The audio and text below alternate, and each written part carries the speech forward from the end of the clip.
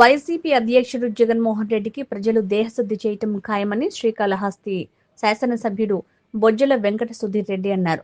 శనివారం ఆయన స్వగ్రామమైన ఊరంగూరులో మీడియా సమావేశం ఏర్పాటు చేసి మండలిలో వైసీపీ సభ్యులు దేవుడి ఫోటోపై చేసిన రగడపై మాట్లాడారు. ఈ సందర్భంగా మీడియాతో మాట్లాడుతూ 11 సీట్ల నుంచి 0కు వచ్చే పరిస్థితి అవుతుంది.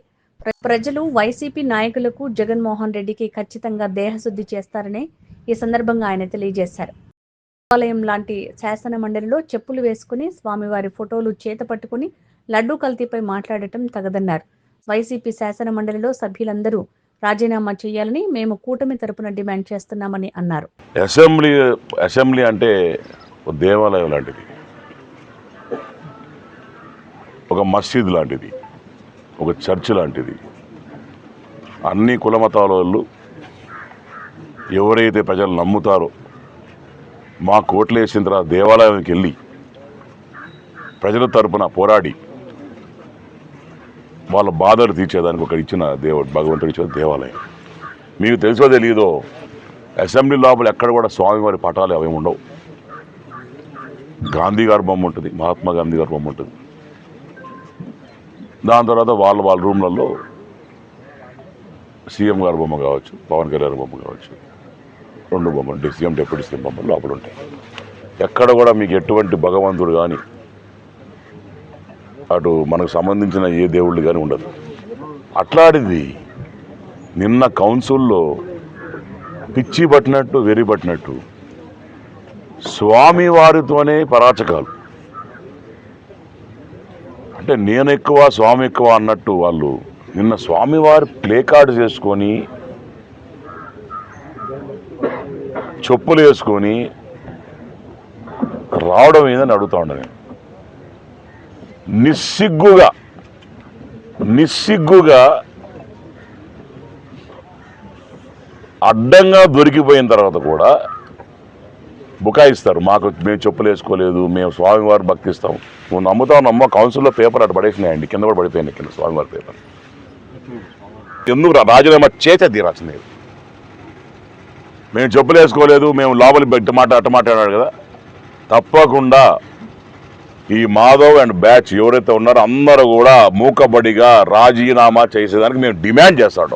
తెలుగుదేశం పార్టీ తరఫున, కూటమి పార్టీ తరఫున. ఇన్ని సంవత్సరాలు ఎప్పుడు లేనిది ఇవన్నీ ఎందుకు జరుగుతూ ఉన్నాయి? వీళ్ళందరూ ఏ రకంగా ఎందుకు చేస్తున్నారు ఒకసారి ఆలోచన చేయాలి ప్రజలందరూ కూడా.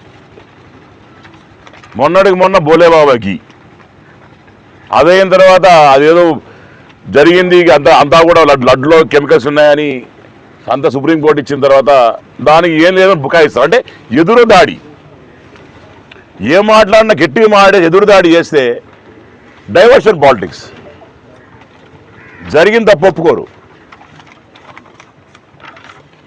ఈరోజు మేము వచ్చి బేర్ ఫుట్గా అంటే చెప్పులు లేకుండా 2 కిలోమీటర్లు నడిచి స్వామివారి దగ్గరికి వచ్చి దండం పెట్టుకొని ఇంకనన్నా వైసీపీ ఎవరైతే కోవట్లు ఉన్నారో వాళ్ళకి బుద్ధియాలు స్వామి అని చెప్పి అటు శివుడిని ఇటు వెంకటేశ్వర స్వామి కోరుకోవడం జరిగింది.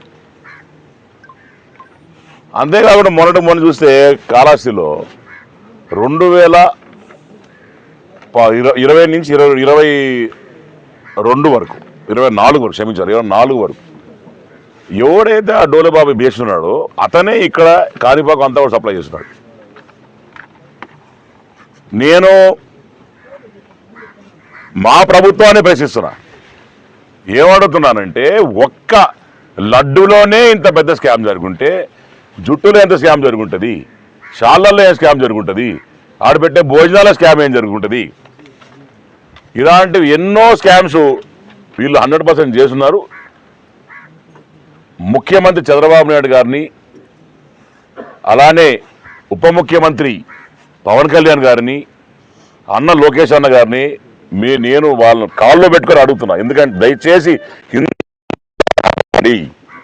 ఇంకా కూడా చాలా జరిగి ఉన్నాయి. మీరు కానీ ఇదే రకంగా చేసుకుంటా పోతే మీకు మాత్రం దేహశుద్ధి మాత్రం తప్పదు. ఓపెన్గా చెప్తాను, దేహశుద్ధి తప్పదు. ఎవడు చేసిన పాపాన్ని వాళ్ళు పోతాం అనుకునేవు. స్వామి శిక్షిస్తాడో లేదా నాకు తెలియదు, కానీ ప్రజలు మేము మాత్రం డెఫినెట్గా శిక్షిస్తాం. దేహశుద్ధి చేస్తాం. మీ అందరికి బీ కేర్ఫుల్. ఏమనుకుంటున్నారా మీరు? స్వామితో మీరు పరాచకాలు ఆడతారా? గోవిందా గోవిందా చెప్పాలి చెప్పాలి చెప్పాలి చెప్పాలి చెప్పాలి చెప్పాలి గోవిందా గోవిందా గోవిందా చెప్పాలి చెప్పాలి చెప్పాలి చెప్పాలి గోవిందా గోవిందా చెప్పాలి చెప్పాలి చెప్పాలి చెప్పాలి చెప్పాలి చెప్పాలి చెప్పాలి